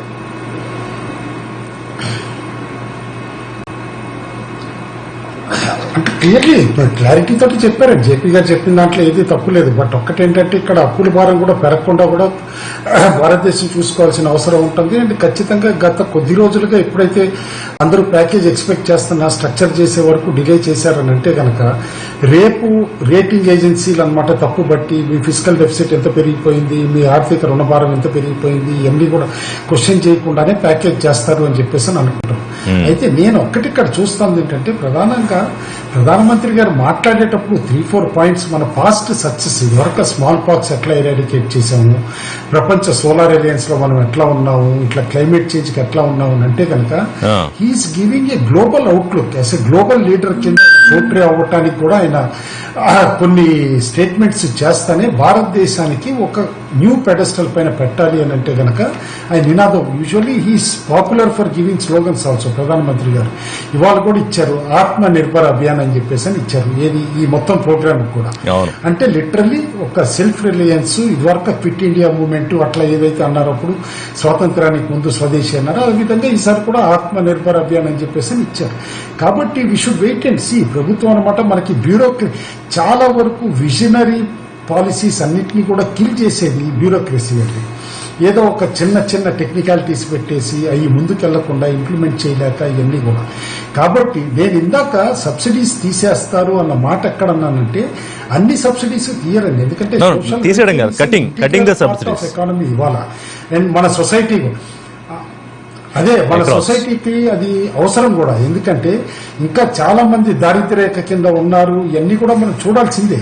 నేననేది ఏంటంటే రేషనలైజేషన్ నడుస్తుంది. ఎందుకంటే ఇప్పుడు కొన్ని చోట్ల అన్నెసరీగా ఎవరైతే గనక ఎలిజిబిలిటీకి సూటబుల్ కానాలకు కూడా ఏదైతే గనక ఇప్పుడు సబ్సిడీస్ వెళ్తున్నాయో ఇవన్నీ తగ్గించడం. ఎందుకంటే టెక్నాలజీ వాడచ్చు. మీరు ఎవరు కరెక్ట్ గా ఎలిజిబిలిటీ అనేది డిసైడ్ చేయొచ్చు. ఆల్రెడీ డీబీటీ తోటి గత కొద్ది సంవత్సరాలుగా ఎంత సేవింగ్స్ వచ్చిందో కూడా మనం చూసాం. ఫేక్ అకౌంట్స్ కానీ ఇవన్నీ తీసేయటం కూడా. ఇవాళ ఏదైతే ప్రభుత్వం అనమాట డిఫరెంట్ టెక్నాలజీస్ వాడుతుంది. ఆరోగ్య సేతు అప్పుడు చూసాం. చిన్న చిన్న కన్సర్న్స్ ఉన్నాయి ఈ ప్రైవసీ పైన దానిపైన. బట్ పక్కన పెడితే కనుక one of the best apps it has been created. అలానే similar technology based implementation reforms వస్తాయి. ఆ రిఫార్మ్స్ తోటి డెఫినెట్లీ నేను అనుకోవటం భారతదేశాన్ని ముందుకు తీసుకెళ్ళడానికి సక్సెస్ ఖచ్చితంగా ఈ ప్రభుత్వం అనౌన్స్ చేసే నెక్స్ట్ స్టెప్స్ పైన ఉంది అని చెప్పేసి అని అంటాను. వరీడ్ అబౌట్ ఫిజికల్ డెఫిసిట్ అండి. ఇప్పటికీ రిపీటెడ్ గా చీఫ్ ఎకనామిక్ అడ్వైజర్ కానీ వీళ్ళందరూ చెప్తున్నారు. కానీ వేరే దేశాల అనుభవాలు చూసి నేను చెప్తున్నాను. అమెరికా అవునండి వేరే. మనది ట్యాక్స్ టు జీడిపి రేషియో చాలా తక్కువ. కానీ డెట్ టు జీడిపి కూడా మనది తక్కువ కంపేర్ టు అదర్ దేశాలతో. జపాన్ తోటి చూస్తే గనక GDP versus debt domestic debt దాదాపు 220%, మనది వచ్చేసి 62%. ట్యాక్స్ టు జీడిపి అక్కడ చాలా ఎక్కువ. అది కాదని అనలేదు. కాబట్టి ట్యాక్సేషన్ లోకి ఆంబిట్ లోకి తీసుకొస్తా ఇటు ట్యాక్సేషన్ పాలసీస్ కూడా రేషనలైజ్ చేసి ఎక్కువ మంది ఖచ్చితంగా నేను ట్యాక్స్ దేశ అభివృద్ధికి దోహదపడుతుంది అనే దిశగా ప్రజల్లో కాన్ఫిడెన్స్ క్రియేట్ చేస్తే నేను అనుకుంటాను definitely this is an extremely visionary speech. One of the best visionary speeches given by I think recent times లో కుటుంబరావు గారు కేంద్ర ప్రభుత్వాన్ని కానీ బీజేపీ విధానాన్ని కానీ లేదా ప్రధాని ప్రసంగాన్ని కానీ మెచ్చుకున్న సందర్భం బహుశా ఈ మధ్యకాలంలో ఇదే నాకు గుర్తుండే. కుటుంబరావు గారు అంటే పొలిటికల్ పార్టీ రిప్రజెంటేటివ్ గా చూసినా కూడా కరెక్ట్ గా చెప్పారు. ప్రతిసారి నేను కాదు ఇప్పుడు like Reserve Bank of India policy ఇచ్చిందండి. లిక్విడిటీ ఇంప్రూవ్ చేస్తారు, రిపో రేట్స్ తగ్గించని ప్రైజ్ చేశాను. ఎందుకంటే అందరూ శక్తికాంత్ దాస్ గారు చాలా కన్జర్వేటివ్ అని అన్నారు. But he has prove to be one of the most dynamic governors. In fact past track record of 3-4 governors చూస్తే he is good or equal to or even better than Raghuram Rajan అంటాను. As of no steps Shaktikanta Das గారు తీసుకున్న steps చూస్తూ ఉంటాయి. కాబట్టి correct గా తీసుకున్నప్పుడు నేను ఎప్పుడు ప్రైజ్ చేయడానికి వెనకాలండి. అదే సపోజ్ నిర్మలా సీతారామన్ గారు 1,70,00,000 అది కాదు 1,70,000 crores ప్యాకేజ్ అనౌన్స్ చేసినప్పుడు నేను ప్రైజ్ చేయలేదు ఆ రోజు. ఎందుకంటే అందులో 1,20,000 crores ఫ్రంట్ లోడింగ్ చేశారు. లైక్ పిఎం కిసాన్ డబ్బులు సంవత్సరానికి ముందే ఇచ్చారు. ఈ ప్యాకేజ్ సరిపోదు, కేవలం 40,000 నుంచి 50,000 కోట్లు ఇచ్చారని మీరు లాస్ట్ టైం నాన్ సెన్సికల్ అని కూడా అన్నారు. నాన్ సెన్సికల్ మెజర్స్ అన్నారు. యా మేబీ రఘురామ్ రాజన్ గారు కూడా ఆయన 65,000 కోట్లు పేదలకి ఇమీడియట్ గా ఇవ్వాలి అని గతంలో చెప్పారు. బహుశా ఈ ప్యాకేజ్ ఆయన ఎలా రియాక్ట్ అవుతారో బహుశా రావచ్చు ఆయన ఆర్టికల్ ఇవాళ రేపు. డాక్టర్ జేపీ గారు లాక్డౌన్ విషయం గురించి మాట్లాడుకుంటే మనం 4వ దశ కొత్తగా ఖచ్చితంగా విభిన్నంగా ఉంటుందని ప్రధాని ఒక చిన్న హింట్ ఇచ్చారు. అంటే ఏ రకంగా ఉంటుంది? కఠినంగా ఉండకపోవచ్చు అనా, కాస్త వెసులుబాటు ఎక్కువ ఉంటుందనా, ఎట్లా అర్థం చేసుకోవచ్చు? లాక్డౌన్ అన్న పదం మంత్రమైంది కాబట్టి ఆ పదాన్ని పట్టుకుని వేలాడుతున్నారు ప్రధానమంత్రి. కానీ ఆయన చెప్తున్నటువంటి మాటల్లో స్పష్టంగా ధ్వనించింది ఏమిటంటే ఆంక్షలు ఉండాలి, సామాజిక దూరాన్ని పాటించాలి, వ్యాధి వ్యాప్తిని అరికట్టాలి, కానీ ఆర్థిక కార్యకలాపాలకి అడ్డు లేకుండా చేయాలి. ఈ రెంటిని సమపాడులో నడపాలని చెప్పన్నది అదే ఉంటుంది. ఇదంతా భాష తప్ప పెద్ద భావనలో తేడా లేదు. మరి ఒక రాజకీయంగా ఆయన అన్ని చూసుకోవాలి కాబట్టి భాషను జాగ్రత్తగా లాక్డౌన్ కఠినంగా అమలు చేస్తామని చెప్పి చెప్తూ ఉంటారు. కానీ ఉద్దేశం అది కాదు. మనం వ్యాధి వ్యాప్తిని అరికట్టడం కోసం అన్ని జాగ్రత్తలు కఠినంగా అమలు చేస్తాము, కానీ ఆర్థిక వ్యవస్థ కుదేలు కాకుండా ఏర్పాట్లు జరుగుతాయి. అది ఆయన నా దృష్టిలో ధరించినటువంటి భావం. నాకు ఇంకొకటి జేపీ గారు, 21వ శతాబ్దం మనదే, ఆత్మ నిర్భర భారతదేశమే మన లక్ష్యం అని ప్రధాని మాటల్లో వ్యక్తపరిచిన నిబ్బరం భారతదేశ ప్రజల్లో ఎంత శాతానికి ఉంది అని ప్రశ్నించుకుంటే, అని ఒకసారి తరచుకుంటే, ఋషి ఒక 25 సంవత్సరాల కాలం నుంచి నేను మన దేశం పట్ల అపారమైన విశ్వాసాన్ని నిరంతరం ప్రకటిస్తున్న వాళ్ళలో ఒకటి. దేశం లోపల కానీ, దేశం బయట కానీ, సామాన్య ప్రజల ముందు కానీ, పత్రికల ముందు కానీ, మహానాయకుల ముందు కానీ, అంతర్జాతీయంగా పండితుల ముందు కానీ ఎన్నోసార్లు ప్రకటించాను. కానీ మనం ఆశాభావం ఉండడం వేరు, మన దేశం గొప్ప భవిష్యత్తుని సాధించగలదని విశ్వాసం ఉండడం వేరు. ఏదో మంత్రతంత్రాలతో మనం ముక్కు మూసుకుని తపస్సు చేస్తే ఏం చేయాల్సింది చేయకుండా అన్ని తప్పులు చేస్తున్నా కూడా దేశాన్ని భగవంతుడు కాపాడుతాడు, అద్భుతంగా తీసుకెళ్తాడని చెప్పి నా భ్రమలో ఉండడం లేదు. మన దేశంలో కొంతమేరకు ఈ భ్రమ కూడా ఉంది. చైనా తర్వాత మనం వచ్చేస్తాం, చైనా కుదేలైపోతుంది. చైనా కుదేలు కాదు, మీకు ఇష్టం ఉన్నా లేకున్నా చైనా అద్భుతమైన స్థాయిలో ఉంది. 42 ఏళ్ల క్రితం వాళ్ళు ఈ ప్రయత్నం ప్రారంభించారు 1975లో. అనుకున్నది సజావుగా, ఎన్ని అడ్డంకులు వచ్చినా కూడా ధీరత్వం చెదరకుండా, భయపడకుండా, చిత్తశుద్ధితో, దూరదృష్టితో, ఇంగిత జ్ఞానంతో హేతుబద్ధమైన నిర్ణయాలు తీసుకున్నారు. టెక్నోక్రాటిక్ గా ఫలితాలు సాధించారు. మన దేశం ఇప్పుడు ఉదాహరణకి ఇవాళ వుహాన్ నగరంలో మళ్ళీ 5-6 కేసులు వచ్చినాయని చెప్పని 10 రోజుల్లో 1 కోటి మందికి కరోనా టెస్టులు సిద్ధపడుతున్నారు. 10 రోజుల్లో 1 కోటి మందికి టెస్టులు చేస్తా ఉన్నాయి. భారతదేశంలో 140 కోట్ల జనాభాకి ఇంతవరకు 10 లక్షల మనం దాటాం, ఇంకా 14 లక్షలు కాదు. కాబట్టి చిన్న విషయమే కావచ్చు, మనం అంత చూడక్కర్లేదు. మనం ఆ స్థాయికి వెళ్ళాలి అని చెప్పంటే దానికి కావాల్సిన చర్యలు తీసుకోవాలి. మీ మౌలిక సదుపాయాలు ఎట్లా ఉన్నాయి, మీ ఆరోగ్యం ఎట్లా ఉంది, విద్యా ప్రమాణాలు ఎట్లా ఉన్నాయి, పెట్టుబడుల ప్రోత్సాహం ఎట్లా ఉంది, ఉపాధి కల్పనకు అవరోధాలు కల్పిస్తున్నారా, వాటికి మరి ఉత్సాహాన్ని కల్పిస్తున్నారా? ఇవాళ ప్రధాని మాటల్లో మొట్టమొదటిసారిగా ఆయన గతంలో తప్పిదాల గురించి మాట్లాడకపోయినా, రాజకీయ ప్రజాస్వామ్య సమాజంలో కూడా ఓట్లు కావాలి కాబట్టి మళ్ళీ వెంటనే దాడులు ప్రారంభమవుతాయి కాబట్టి రాజకీయంగా కాస్త జాగ్రత్తగా పదజాలం జాగ్రత్తగా వాడుతూ ఒక బలమైన సంకేతాన్ని, ఉత్పాదకతని, ఉత్పత్తిని పెంచడం కోసం, ఎఫిషియన్సీ, మళ్ళీ ఆ మాట అన్నారండి, ఉత్పత్తిలో సామర్థ్యాన్ని పెంచడం కోసం అని చెప్పని. 2 మాటలు అన్నారు, సప్లై చైన్స్ లో భాగస్వామి కావడం కోసం అని చెప్పని. ఈ 2 మాటలు కీలకంగా నేను భావిస్తున్నాను.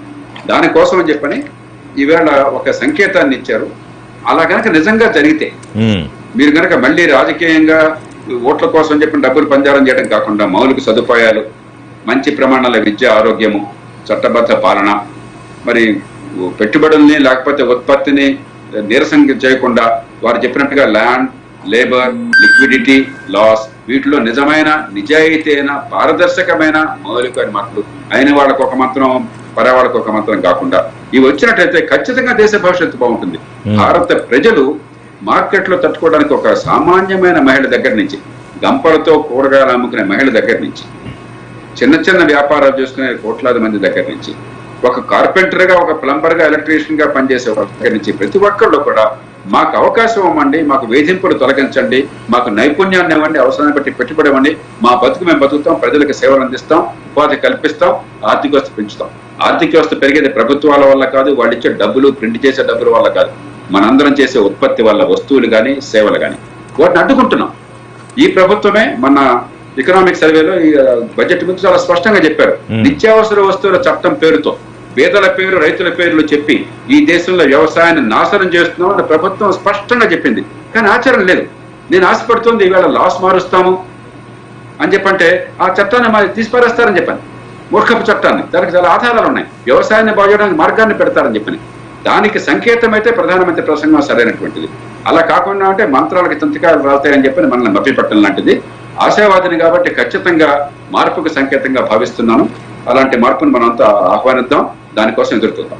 కుటుంబరావు గారు, సో ఎగ్జాక్ట్గా పారిశ్రామిక వర్గాలు ఎదురు చూస్తున్న లాస్ ఏంటి? లేబర్ లాస్ గురించి మనం మాట్లాడుకుంటున్నాం గత 2 రోజులుగా. మిగతా దేశాల్లో అవలంబిస్తున్న పద్ధతులు, మార్పులు, మన దగ్గర కూడా రావాల్సిన మార్పుల గురించి ఎనీవే వాళ్ళు ప్రధాని ప్రస్తావించారు కాబట్టి అవి ఎట్లా ఉండాలి? అలాగే 4వ పాయింట్ లిక్విడిటీస్, 3rd పాయింట్, 4వ పాయింట్ లాస్ అనే దాన్ని ఎట్లా విశ్లేషించుకోవాలి? ఆల్రెడీ మనం చూస్తున్నామండి, చేంజెస్ తీసుకునే దిశగా ప్రభుత్వం చర్యలు తీసుకుంటుందని లాస్ లో కూడా అనమాట. ఏదైతే labour laws implementation, already draft electricity bill మీరు చూసే ఉంటారు. ఇప్పుడు దానిపైన కొంతమంది ముఖ్యమంత్రులు కన్సర్న్స్ ఎక్స్ప్రెస్ చేస్తున్నా, 1 నేషన్ 1 ట్యాక్స్ అండ్ జిఎస్టీ ఏ విధంగా తీసుకొచ్చారో కేంద్ర ప్రభుత్వం కూడా 1 నేషన్ 1 రేట్ ఫర్ పవర్ అని చెప్పేసి కాశ్మీర్ నుంచి కన్యాకుమారి వరకు పవర్ ఒకటే రేట్ ఉండాలి కదా. అదే చెప్తున్నా కదా, ఇట్లా కొన్ని వ్యతిరేకతలు వచ్చినా సరే ప్రభుత్వం అనమాట అట్లా రాడికల్ రిఫార్మ్స్ దిశగా స్టెప్స్ తీసుకోవడానికి విల్లింగ్నెస్ చూపిస్తుంది కదా. ఆ willingness that is important. First మనం ఆ విల్లింగ్నెస్ లేకపోతే రేపు రిఫార్మ్స్ ఎట్లా చేస్తాం? కాబట్టి పవర్ సెక్టర్ రిఫార్మ్స్ ఇంపార్టెంట్ అవుతాయి, ఇట్లా డిఫరెంట్ ల్యాండ్ రిఫార్మ్స్ ఇంపార్టెంట్ అవుతాయి. లాస్ కొన్ని పనికిరాని లాస్ ఏవైతే ఉన్నాయి, బ్రిటిష్ కాలపు లాస్ ఇంకా కూడా కొన్ని ఉన్నాయి, అవన్నీ చేంజ్ చేయడానికి కూడా అన్నమాట ప్రభుత్వం కాస్త సముఖత చూపిస్తే కనుక ఖచ్చితంగా we're in for radical change అని అంటాను. కాబట్టి ఇందులో ఇప్పుడు రేపు ప్యాకేజ్ అనౌన్స్మెంట్ అప్పుడు కూడా 4 విభాగాలుగా చూడాల్సి వస్తుందండి. ఒకటి, ఇన్ఫ్రాస్ట్రక్చర్ ని ఏ విధంగా అడ్రస్ చేస్తారు. రెండోది, ప్రధానమంత్రి గారే చెప్పారు ఎంఎస్ఎంఈ సెక్టార్స్ అన్నింటినీ అడ్రస్ చేస్తాను, రోజువారీ కూలీలు కానీ చేపలు పట్టేవారిని కానీ అందరినీ కూడా ప్రతి ఒక్కరికి సెక్టార్స్ అనమాట ఇట్లా మైగ్రెంట్ లేబర్ కానీ అడ్రస్ చేస్తానన్నారు. వారందరికీ ఏ విధంగా ఇస్తారు? అదే విధంగా ఒక పక్కన పవర్ సెక్టర్ రిఫార్మ్స్ ఎట్లా ఉంటాయి, ఒక పక్కన అగ్రికల్చర్ సెక్టర్ రిఫార్మ్స్ ఎట్లా ఉంటాయి. ఎందుకంటే ఈ COVID-19 లో ఒక యూనిక్ ప్రాబ్లం కూడా చూసాం. కొన్ని రాష్ట్రాల్లో దాన్ని సక్సెస్ఫుల్ గా అడ్రస్ చేయగలిగింది, మిగతా డిస్మల్ ఫెయిల్యూర్ చాలా బాగా ఫెయిల్ అయింది. ఏంటి? ప్రొక్యూర్మెంట్ లో మనం చూసాం. కరెక్ట్ గా రబీ క్రాప్ వచ్చే టైం అప్పుడు ఈ కోవిడ్ రావడంతో ప్రొక్యూర్మెంట్ లో ధాన్యాలు ఎక్కడెక్కడ ప్రొక్యూర్మెంట్, ఇప్పుడు ఏ పంజాబ్ లోనే ఎక్కువ కాలేదండి. మనం దేశవ్యాప్తంగా రైస్ ప్రొక్యూర్మెంట్ చూస్తే కనుక తెలంగాణ కంట్రిబ్యూటెడ్ హైయెస్ట్, దాదాపు 30 లక్షల టన్నులు అన్నమాట. ఏది 45 లక్షల టన్నులు ప్రొక్యూర్మెంట్ అయితే. కాబట్టి ఈ ప్రొక్యూర్మెంట్ డిస్పారిటీస్ కానీ ఇట్లా ఫార్మ్ ఏదైతే గనక రిఫార్మ్స్ తేవాలి అగ్రికల్చర్, వీటన్నిటికి కూడా పెద్దపీట వేస్తారని చెప్పేసి అని అనుకుంటున్నా. We should wait and watch. మరీ ఆశలు కూడా ఎక్కువ పెట్టుకోకుండా ప్రధానమంత్రి గారు మంచి విజన్ స్టేట్మెంట్ ఇచ్చారు.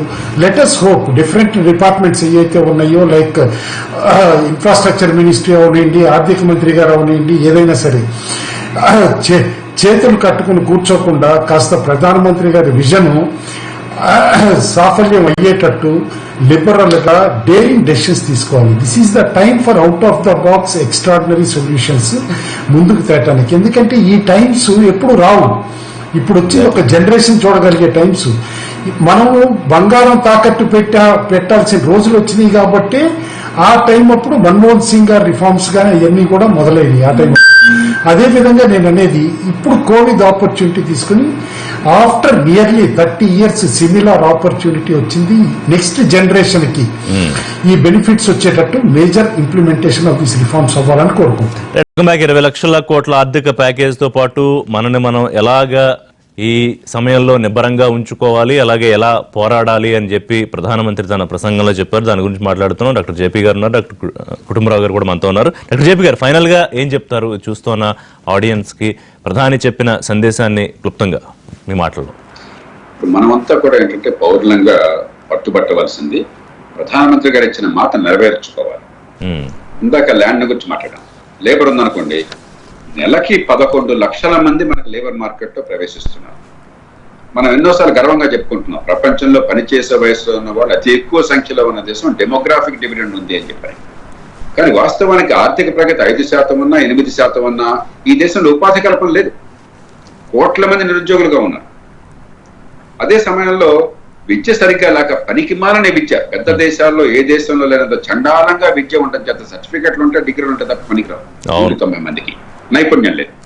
కాబట్టి ఏదో రకంగా ఈ కార్మిక చట్టాలని పూర్తిగా మార్చి, ఇవాళ మన దేశంలో కార్మిక చట్టాలని నేను పచ్చిగా చెప్తున్నాను, ఉద్యోగాల్లో ఉన్నటువంటి సంఘటిత రంగం కార్మికులు వాళ్ళు కేవలం దేశంలో ప్రభుత్వంలోనేమో మొత్తం ఉన్నటువంటి ఈ పనిచేసే వారిలో కార్మికుల్లో ఒక 5% ప్రభుత్వంలో అంటే 3-3.5% ప్రైవేట్ రంగంలో ఉన్నారు. ఈ ప్రైవేట్ రంగంలో ఉన్న సంఘటిత కార్మికులకి రక్షణ ఇవ్వడం తప్ప కొత్తగా ఉద్యోగాల కల్పనకి పూర్తిగా వ్యతిరేకమైన కార్మిక చట్టాలు. ఈ మాటలు చెప్పడానికి అందరూ జంకుతున్నారు. కాబట్టి ఏమవుతుంది, పెట్టుబడి పెట్టేవాడు ఉద్యోగులను ఎంత తక్కువ తీసుకోవాలి, తీసుకున్నా కూడా కాంట్రాక్ట్ లేబర్ పెట్టి బాధ్యత లేకుండా ఎలా ఉండాలి, వీలుంటే అసలు మెకనైజేషన్ చేసి ఆటోమేషన్ చేసి కోట్ల మంది నిరుద్యోగంతో బాధపడుతున్న దేశంలో మెకనైజేషన్ చేసి ఉద్యోగాలు లేకుండా ఎలా చూసుకోవాలి, ఆ ధోరణికి వచ్చేసాం. దేశానికి ఇది ఆత్మహత్య సదృశం. కార్మిక చట్టాలు కార్మికుల బాగు కోసం కాదు, అసలు కొత్తగా కార్మికులు రాకుండా ఉండడానికి, ఉపాధి కల్పన లేకుండా ఉపయోగపడుతుంది. అందుకని మార్పు కావాలి. మూడవది మనకి పెట్టుబడి, అలాగే లిక్విడిటీ. ఏమవుతుంది, పెట్టుబడి దేశంలో పుష్కలంగా ఉంది, కానీ పొరపాటును కూడా పెట్టుబడి పెడతామని చెప్పంటే పాపం చేసినట్టుగా తయారైంది. రకరకాల ఆంక్షలు, ఏ రకమైన ప్రోత్సాహం లేదు. మనకి ఎందుకురా ఈ పని చేసిన, దీని మీద ఒక స్థలం కొనుక్కుంటే బాగుండేది, రేట్లు పెరిగాయని చెప్పిన పరిస్థితి మన దేశంలో కల్పించాం. అది పాపంలా తయారు చేశాం. మన ట్యాక్స్ లాస్ కావచ్చు, డివిడెండ్ గురించిన లాస్ కావచ్చు, లేకపోతే మనకు పెట్టుబడి పెట్టిన తర్వాత 1,00,000 రకాలుగా మనల్ని వేధించేటువంటి పద్ధతులు కావచ్చు. మనకు పెట్టుబడి పెట్టడం పాపం అయిపోయింది ఈ దేశంలో. పెట్టుబడి లేక కాదు, భారతదేశంలో ఇప్పటికే సంపన్నులు ఉన్నారు, పెట్టుబడి పెట్టడానికి సిద్ధంగా ఉన్నారు. వివిధ రంగాల, వ్యవసాయం నుంచి పరిశ్రమల దాకా, సేవా రంగం దాకా. కొద్ది మంది మాత్రమే చేయగలుగుతున్నారు. చేసిన వాడు చాలా మంది చేతులు కాల్చుకుంటున్నారు. ఇక నాలుగోది చట్టాలు. అసలు ప్రభుత్వం ఏదన్నా ఒక చట్టం చేస్తే, ఏదైనా నియంత్రణ పెడితే కాగితం మీదేమో ప్రజల కోసం, వాస్తవానికి లంచాలకి మార్గం, వేధింపులకు మార్గం, చావగొట్టడానికి మార్గం. అలా కాకుండా చాలా సింపుల్ లాస్, సులభమైనవి, పారదర్శకమైనవి, నిజాయితీగా అమలయ్యేవి, సమర్థంగా అమలయ్యేవి. ఓకే, ఆ చట్టాలు లేకపోయినట్టయితే ఆర్థిక వ్యవస్థ మనం మాటలన్నీ చెప్పినా కూడా మాటలు కోటలు దాటుతాయి, మన కాళ్ళు మాత్రం గడపదాడు. అంచేత ఈ 4 అంశాలు మౌలికమైనవి. నిజంగా చిత్తశుద్ధి ప్రభుత్వానికి ఉన్నట్టయితే ఈ పరిపాలనా యంత్రాంగాన్ని మార్చే నిరపడతనం ప్రధానమంత్రి గారికి ఉంది. ప్రజలను ఆకట్టుకుని ప్రజల విశ్వాసంలో తీసుకుని వారి మద్దతు పొందే శక్తి ఈయనకున్నది. ఈవేళ అద్భుతమైన అవకాశం, సంక్షోభం కూడా అవకాశాన్ని ఇచ్చింది. ప్రజలకు అర్థమైంది, ఉపాధి కల్పన లేకపోతే, మనకు మనకు భత్యం లేకపోతే, మనం పని చేయలేకపోతే మన జీవితాలు నాశనం అవుతాయి, మన దేశము నాశనం అవుతుందని చెప్పని దాన్ని అవకాశంగా తీసుకుని మార్పులు తెస్తారని ఆశిద్దాము. నాకు విశ్వాసం అన్నది మనమంతా కూడా ఆ మార్పులు తెస్తే రాజకీయాలని పక్కన పెట్టి, తాత్కాలికమైనటువంటి మన దేశంలో 70 ఏళ్లుగా తగినటువంటి పాతకాలపు చర్చను పక్కన పెట్టి, నిజాయితీ అనే చర్చ ఒక చైనాలో జరుగుతున్నట్టుగా, ఒక ప్రపంచంలో బాగా వేగంగా జరుగుతున్న దేశాలు, ఒక దక్షిణ కొరియా కానీ ఇతర దేశాలు కానీ, అలాంటి ఆ రీతిని మన దేశంలో కూడా ఒక చర్చ, సంకల్పము, ఆచరణ ఉంటాయని ఆశిస్తున్నాను. అలా కాకుండా ఊరికే వాగాడంబరాన్ని చూపెట్టి పెద్దానికి మనం మధ్యలో ఏదో రకంగా అడ్డు పెట్టడానికే ప్రయత్నం చేసి పాతకాలపు ఛాందసవాదాలను కొనసాగితే దేశం ఎదుగుబోదు లేకుండా ఎట్లానే ఉంటుంది. Thank you very much JP గారు. ప్రధాని ప్రసంగం మీద ప్రత్యేకమైన చర్చలో పార్టిసిపేట్ చేసినందుకు ఎన్టీవీ డిబేట్లో థ్యాంక్ యూ. కుటుంబరావు గారు, మీరేం చెప్తారు ఫైనల్ గా? అంటే ఫైనల్ గా ఒక్కటేనండి, నేను కొన్ని సింపుల్ ఇష్యూస్ అన్నమాట. ప్రధానమంత్రి గారికి ఇంటెన్షన్ ఉండొచ్చు కానీ వివిధ డిపార్ట్మెంట్స్ ఇంప్లిమెంట్ చేస్తాయా లేదా అంటానికి ఒక్కటే సింగిల్ పాయింట్, లిక్విడిటీ ప్రొవైడ్ చేస్తామని అన్నారు. అదే రిజర్వ్ బ్యాంక్ గవర్నర్ గారు లిక్విడిటీ ప్రొవైడ్ చేసిన బ్యాంకులు అప్పులు ఇచ్చే పరిస్థితి లేదండి. ఎందుకంటే జనవరి 1 నాడు బ్యాంకులకి వాళ్ళ డబ్బులు రిజర్వ్ బ్యాంక్ దగ్గర పెట్టింది 45,000 కోట్లు అయితే, ఇవాళకి ఈ 5 నెలల లోపల వచ్చేసి దాదాపు 8,50,000 కోట్లు రిజర్వ్ బ్యాంక్ దగ్గర పెట్టారు. కేవలం 3.75% ఇంట్రెస్ట్. అంతేగాని ప్రజలకు ఇవ్వలేదు కదా, కంపెనీలకు ఇవ్వలేదు, ఎంఎస్ఎంఈలకు ఇవ్వలేదు. ఇక్కడ లిక్విడిటీ క్రంచ్ ఉంది, బ్యాంకుల దగ్గర హ్యూజ్ లిక్విడిటీ ఉంది. కాబట్టి ప్రధానమంత్రి గారు డైరెక్ట్ గా మానిటర్ చేసి, పిఎంఓ ఆఫీస్ మానిటర్ చేసి లిక్విడిటీ క్రియేట్ చేస్తే ఇండస్ట్రీ రికవర్ అవ్వటానికి, ఎకానమీ రికవర్ అవ్వటానికి చాలా ఫాస్ట్ గా అవుతుంది. అదర్వైజ్ ఈ పేపర్ పైనే మిగిలిపోయే స్టేట్మెంట్స్ అవుతాయి. అట్లా అవ్వకూడదనే కోరుకుంటున్నాను. Thank you very much Kutumbarao గారు, మీ అనాలిసిస్ అందించినందుకు. పుల్లారావు గారు జాయిన్ అయ్యారు, పెంటపాటి పుల్లారావు గారు డిబేట్లో. పుల్లారావు గారు, మనం జస్ట్ బిఫోర్ ద షో అనుకున్నాము ఏ రకంగా ఉండొచ్చు ప్రధాని దేశాన్ని అడ్రస్ చేయడం, ప్రసంగం ఏ రకంగా ఉండొచ్చు అని. సో మీరన్నట్టే ఆయన ముందుగా దేశ ప్రజలందరికీ ధన్యవాదాలు చెప్పారు. ఈ కష్టకాలంలో నిలబడడం ఎంత కష్టమో, ఆయన నిలబడినందుకు ఇంకా ఏ రకంగా ఫైట్ చేయాలో కూడా చెప్పుకొస్తూ 20 లక్షల కోట్ల ఆర్థిక ప్యాకేజీ అనౌన్స్మెంట్ చేశారు. వాట్స్ యువర్ కామెంట్ ఆన్ ఆర్థిక package? Thank you very much Kutumbarao గారు. ఆర్థిక ప్యాకేజ్ అంటే ఆయన ఏమన్నారు, జరిగేదే జరుగుతుంది అన్నారు ఆఖరమాట.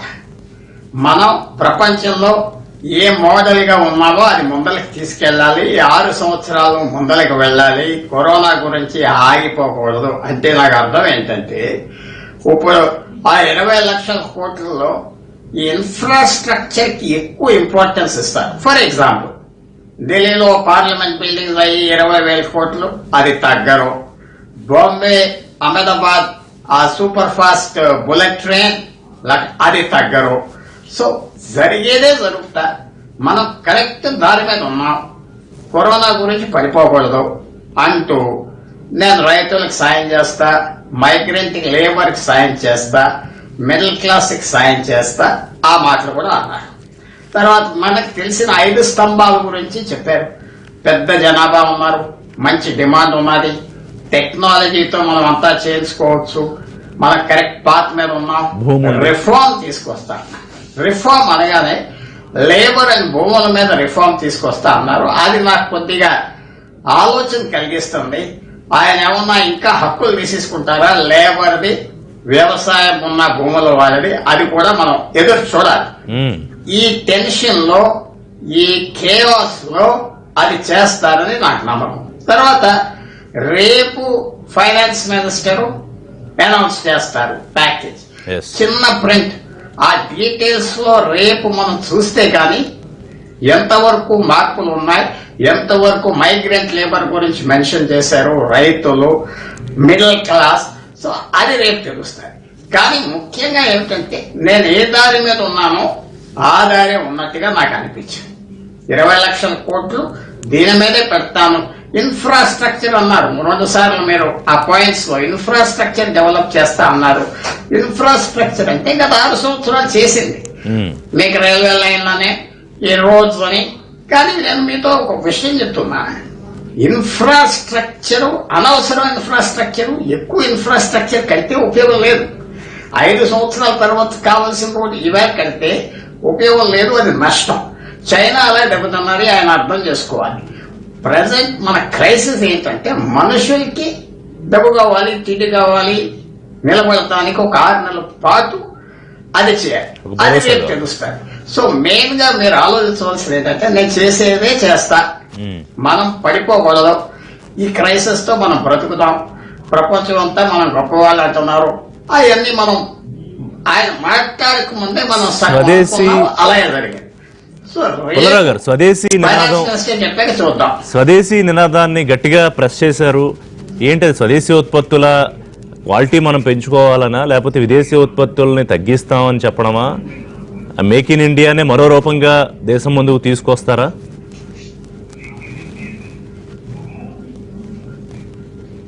ఒకటి నేను కొంచెం పాజిటివ్ గా చెప్పట్లేదు, నెగిటివ్ గా చెప్పట్లేదు. 2 లక్షల మాస్క్స్ చేస్తాం. మాస్క్స్ అంటే అది ఏంటి? అది పెద్ద అచీవ్మెంట్. బీపీఈ అంటే బట్టలు, ప్రొటెక్షన్ కిట్స్ భారతదేశానికి 2 లక్షలు చేయటం అది అచీవ్మెంట్ కాదు. మేక్ ఇన్ ఇండియా అనేది స్టార్ట్ చేయటం చేసి గత 3 సంవత్సరాలు ఈ నోట్ బందీ తర్వాత మర్చిపోయారు. అది మళ్ళీ లేదు కదా, make in India, make in India లేదు కదా మళ్ళీ. సో ఇది మనం చేసుకోవచ్చు. చైనా నుంచి ఇండస్ట్రీస్ వస్తాయి, చైనా మీద మనం ఆధారపడిపోకూడదు, మన సామాను మన సరుకు చేసుకుని గ్లోబ్ తో వ్యాపారం చేసుకోవాలి అన్నారు. కొత్తగా ఏం లేదు మేక్ ఇన్ ఇండియా. ఆయన ఖాదీ గురించి ఉదాహరణ చెప్పారు, చాలా విశేషంగా అయింది, అది వరల్డ్ బ్రాండ్ అయింది. ప్రైమ్ మినిస్టర్ ఎలా మాట్లాడాలో అలా మాట్లాడారు. ప్రైమ్ మినిస్టర్ మనం కష్టాల్లో ఉన్నప్పుడు ఎలా మాట్లాడాలో అలా మాట్లాడారు. కానీ ఒక ఆలోచన ఏంటంటే నాలాంటి వాళ్ళకి కొద్దిగా డైరెక్ట్ బెనిఫిట్ ట్రాన్స్ఫర్ చేయాలి ఇలాంటి సమయంలో, రైతులకి, మిడిల్ క్లాస్ కి కాదు, యూనివర్సల్ గా అందరికి. ఆయన అన్నారుగా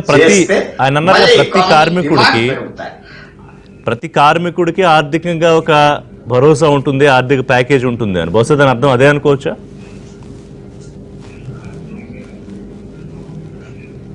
అది మనం రేపు చూడాలి.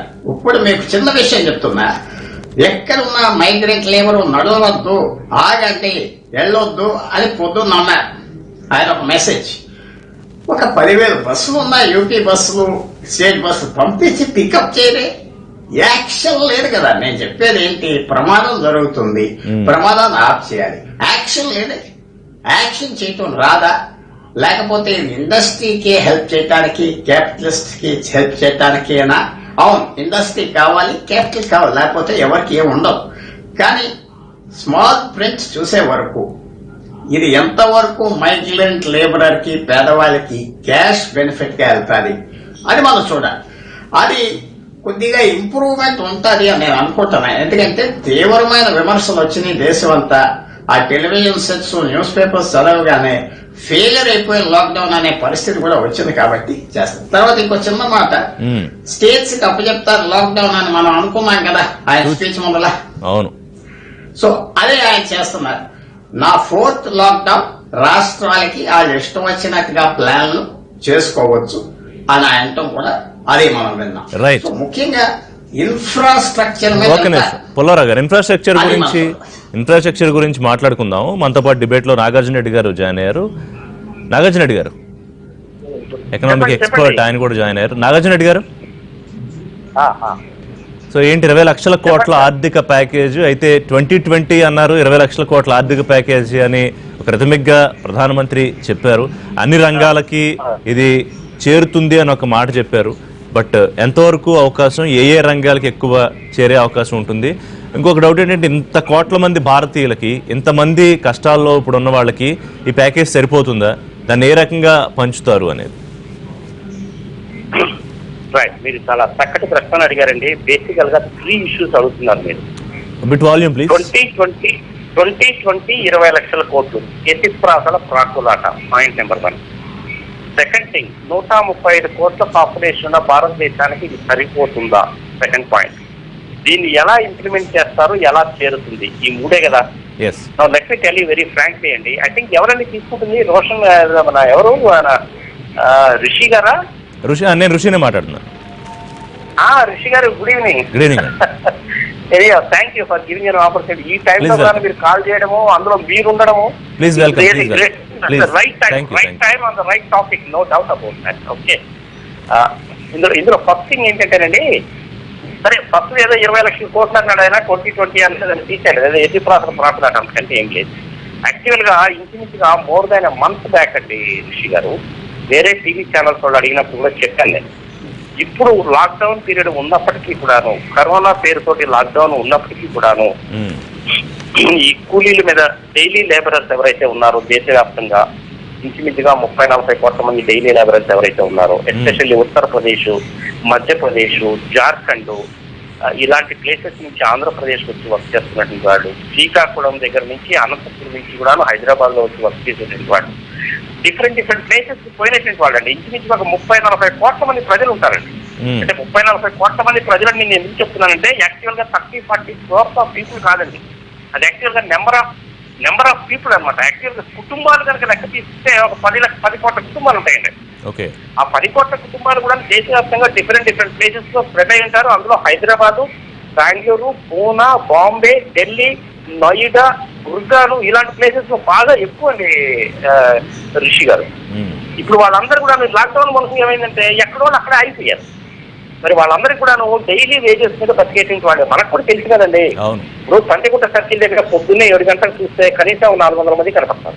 సికింద్రాబాద్ స్టేషన్ దగ్గర కనపడతారు, క్లాక్ టవర్ దగ్గర కనపడతారు, మైదీపట్నం చౌరస్తా దగ్గర కనపడతారు, లక్డికాపూర్లో ద్వారకా హోటల్ దగ్గర కనపడతారు. వాళ్ళందరూ డైలీ లేబరర్స్, డైలీ వేజెస్ మీద బతికేవాళ్ళండి. ఈ 1.5 months నుంచి 50 days నుంచి చాలా ఇబ్బంది పడ్డారు. అలాంటి వాళ్ళని ఆదుకోవడానికి కేంద్ర ప్రభుత్వం దగ్గర 10 లక్షల కోట్ల రూపాయల డబ్బులు ఉన్నాయి అనేటువంటి వాస్తవాన్ని నేను మోర్ దాన్ 1 month బ్యాక్ చెప్పానండి రిషి గారు. More than 1 month back for your information. ఆ 10 లక్షల కోట్ల రూపాయలు కూడా ఎలా వస్తాయి అంటే, $65 ఉన్నటువంటి barrel petrol price, diesel price, crude oil price అనేటువంటిది $30 వచ్చింది. $70 డాలర్ కాస్త $75-76 పోయింది. అయినప్పటికీ కూడాను ఈ 2.5 నెలల్లో, ఈ 2 నెలల్లోనే భారత ప్రభుత్వానికి కేవలము ఈ క్రూడ్ ఆయిల్ ఇంపోర్ట్స్ లోనే ఇంచుమించుగా 3 లక్షల కోట్ల రూపాయలు మిగిలేయండి. 3 లక్షల కోట్లండి. ఇదొకటి. నీరవ్ మోడీ, సుజనా చౌదరి ఇలాంటి వాళ్ళందరి దగ్గర రావాల్సినటువంటి డబ్బులు వసూలు కనుక చేస్తే, ఇది ఆ 69 కోట్ల వైప్ అవుట్ చేయకుండా నిజంగా కనుక వాళ్ళ దగ్గర డబ్బులు వసూలు చేస్తే ఇంకొక 2.5 లక్షల కోట్ల రూపాయలు వసూలు చేయొచ్చండి. అవుట్ ఆఫ్ 11 lakhs ఈజీగా వసూలు చేయొచ్చు. ఇలాంటి పరిస్థితుల్లో కనీసం బ్యాంకులో డబ్బులు కట్టకపోతే ఇంకెప్పుడు కడతారు సార్ వాళ్ళు? కనీసము కొంచెము దేశభక్తంగా ఉండాలా?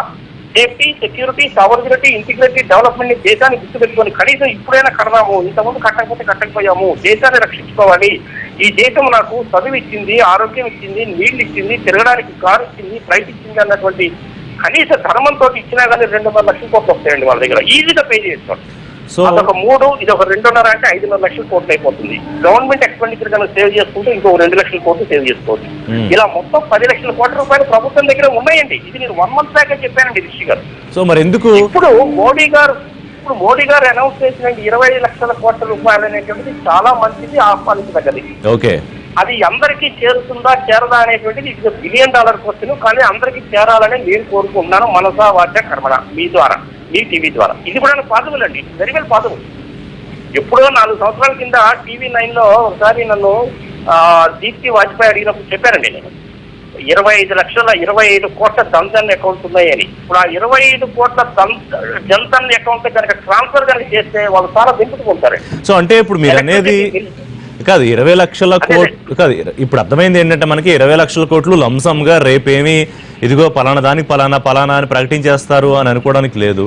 ఇందాక పుల్లారావు గారు అంటే చూడాలి ఆర్థిక మంత్రి మీరు ఏం భావిస్తున్నారు అంటే మొదటి విడతగా 2 లక్షల కోట్లు ఇదిగో పలానా రంగానికి ఇస్తున్నాం, 2 లక్షల కోట్లు ఇదిగో పలానా వాళ్ళకి ఇస్తున్నాం అని చెప్పే అవకాశం ఉంటుందా?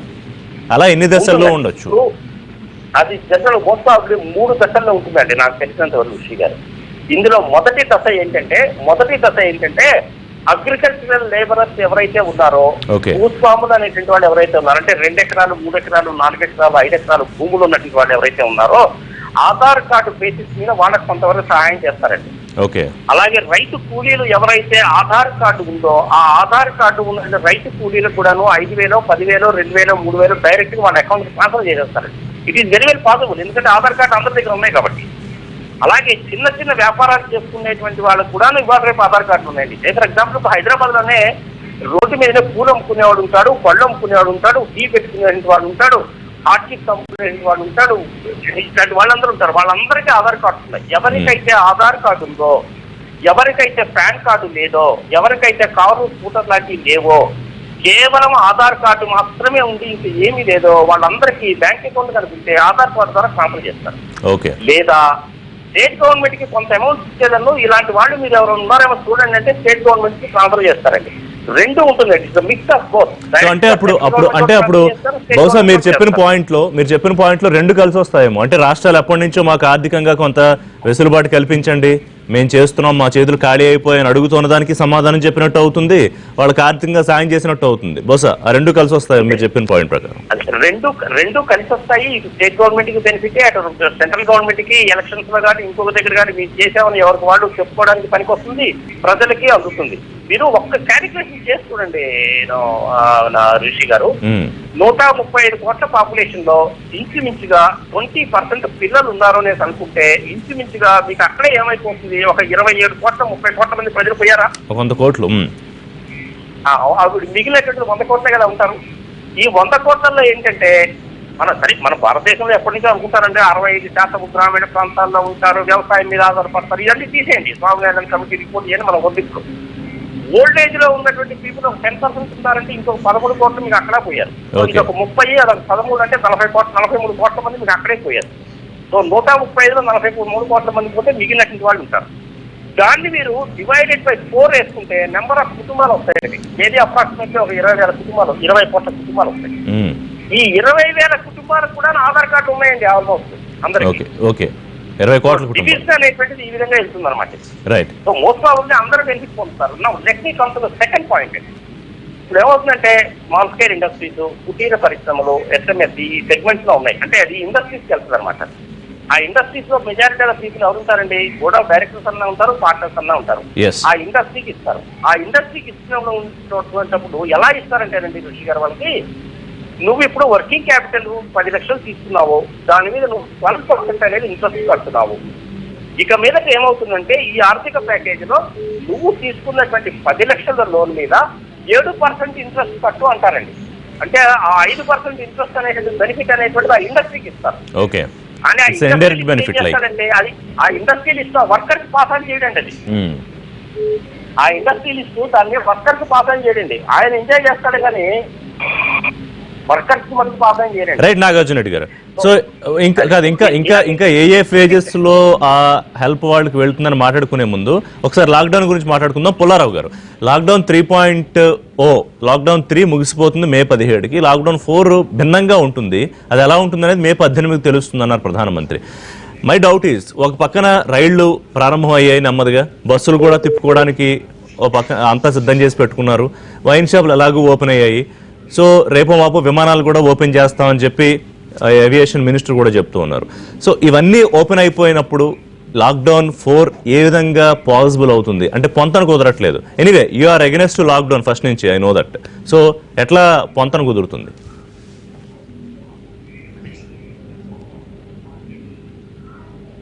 ఒకటి ఏంటంటే ఆయన అన్నారు కూడా, మనం సేఫ్ గార్డ్స్ 2 గజాల దూరం, మాస్క్స్, మన వ్యవహారం మార్చుకుని అడ్జస్ట్ అవ్వి కరోనాతో బ్రతికి మనం ముందరికి వెళ్ళిపోవాలన్నారు. సో మనం చూసేది ఏంటంటే మే 17 నుంచి ఇవన్నీ స్టార్ట్ చేస్తారు, మెల్లిగా స్టార్ట్ చేస్తారు, తర్వాత స్పీడ్గా అవుతారు. కానీ చూస్తూ ఉంటారు రియాక్షన్ ఏమొస్తుంది, జబ్బులు ఏమొస్తాయి. తర్వాత చిన్న మాట ఆయన అన్నారు, అది మెన్షన్ చేయలేదు, బంగారాన్ని కూడా రిఫార్మ్ చేస్తా అన్నారు. అది మీరు క్యాచ్ చేశారో లేదు. దేశంలో చాలా బంగారం ఉన్నది, ఇప్పుడు ఏ రకంగా అది గవర్నమెంట్ స్వాధీనం చేసుకోవాలా, దాని మీద ట్యాక్స్ వేయాలా, అది కూడా పెద్ద రిఫార్మ్ గా ఆయన చేయబోతున్నారు, ఆలోచిస్తున్నారు అని కూడా మనకి హింట్ ఇచ్చారు ఈవేళ ఆయన. అది జ్ఞాపకం పెట్టుకోండి. తర్వాత లాక్డౌన్ లో రాష్ట్రాలకి పవర్ ఇచ్చారు. సో ఇది ఒక experiment, wait and see, watch and see అని చేసేది. మిగతా దేశాల్లో కూడా ఇలా చేస్తున్నారు. స్లోగా ఇప్పుతా, టెస్ట్ చేస్తా, ఎంతవరకు జబ్బుని కరోనా ఎంతవరకు తీసుకోగలదో ఈ ఓపెనింగ్, దాని మీద స్లోగా చేస్తారు. కొన్ని స్ట్రిక్ట్ గైడ్ లైన్స్ పెట్టి ఆ గ్రీన్ జోన్, రెడ్ జోన్ లో అన్నింటిలో మళ్ళీ ఎరప్షన్ వస్తే మళ్ళీ లాక్డౌన్ చేయడానికి తప్పకుండా గైడ్ లైన్స్ ఇస్తారు. ఇది ఒక ఫ్రీ పర్మిషన్ కాదు రాష్ట్రాలకి. రాష్ట్రాలు ఎక్స్పెరిమెంట్ చేయడానికి అధికారం వస్తారు, కానీ సెంట్రల్ గవర్నమెంట్ సూపర్వైజ్ చేస్తారు. ఎదురు చూడవలసింది ఏంటంటే ఏ మాత్రమైనా మళ్ళీ ఇన్ఫెక్షన్స్ పెరిగితే మాత్రం మళ్ళీ పూర్తి లాక్డౌన్ మాత్రం పెడతాం తప్పదు. ఎందుకంటే మన దగ్గర టెస్టింగ్ గురించి ఏం మాట్లాడలేదు ప్రధానమంత్రి.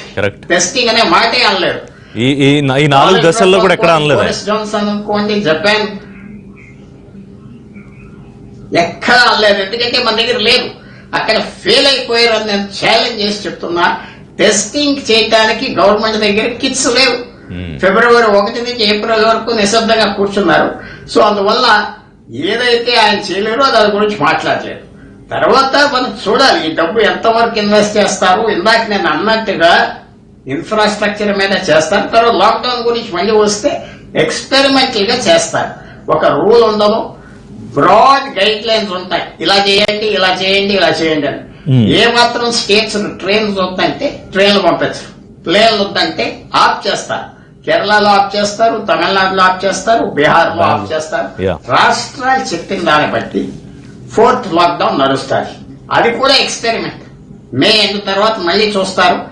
ఇది మోస్ట్ ఇంపార్టెంట్ ఏంటంటే ఇన్ఫెక్షన్స్ పెరిగినాయా, తగ్గినాయా, కంట్రోల్లో ఉన్నాయా లేవా, మరణాలు ఏమన్నా పెరిగినాయా, ఇవన్నీ చూసుకునే మాత్రం అది ప్రయాణం చేసేది. ఇంకో దారి లేదు. అది కూడా ప్రధానమంత్రి గారు ఒప్పుకున్నారు. జబ్బు చాలా పెద్దది, జబ్బు ఇలాంటిది, జబ్బు అలాంటిది, ప్రపంచంలో మనం ఏం చేయలేం, భారతదేశం ఇలా బాగా చేస్తే అంతవరకు చెప్పారు, కానీ క్యూర్ మాత్రం చెప్పలేదు. సో క్యూర్ కదా, ఇప్పుడు క్యూర్ లేదు కదా, క్యూర్ లేదు కదా. లాక్డౌన్ 5 కూడా చేయొచ్చు. క్యూర్ లేదంటే టెస్టింగ్ వల్ల సప్రెస్ చేశారు కదా జర్మనీ, కొరియా. టెస్టింగ్ వాడి ఇప్పుడు అమెరికా, ఇంగ్లాండ్ టెస్టింగ్ పెట్టి మనం సప్రెస్ చేద్దామని వాళ్ళు చేస్తారు. మన దగ్గర టెస్టింగ్ లేదు, ట్రేసింగ్ లేదు, ట్రీట్మెంట్ లేదు. సో లాక్డౌన్ తప్ప ఇంకొక విధానం మన దగ్గర లేదు.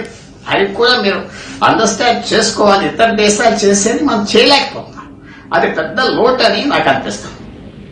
నాగేంద్ర రెడ్డి గారు, ఫైనల్ గా మీరేం చెప్తారంటే లాక్డౌన్ తప్ప ఇప్పుడు మనకి వేరే దారి లేదు, కానీ ఒక్కొక్కటి సడలింపులు ఇచ్చుకుంటూ వెళుతున్నాము.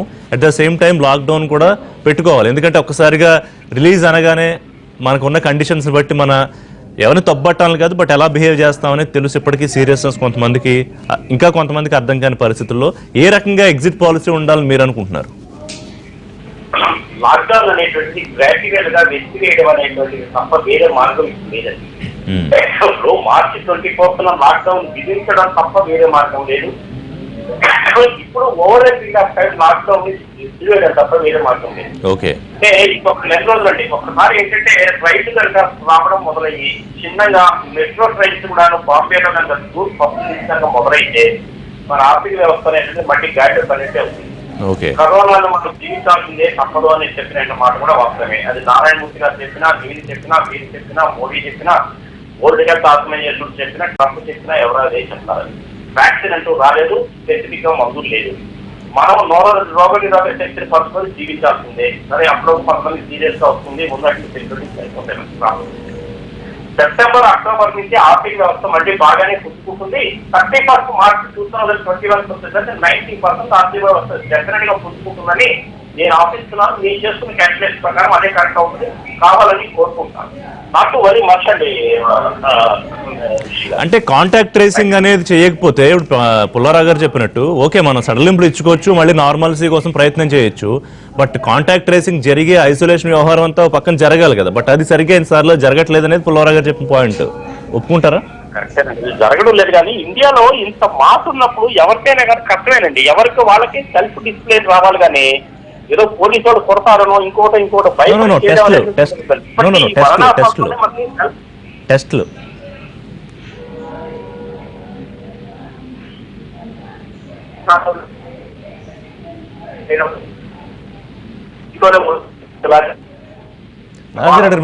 మీ ఆడియో కట్ అవుతుంది.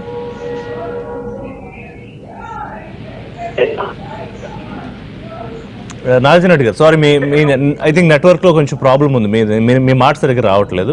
ఎనివే పుల్లారావు గారు, సో ఫైనల్ గా వాట్ యూ కెన్ సే అండి?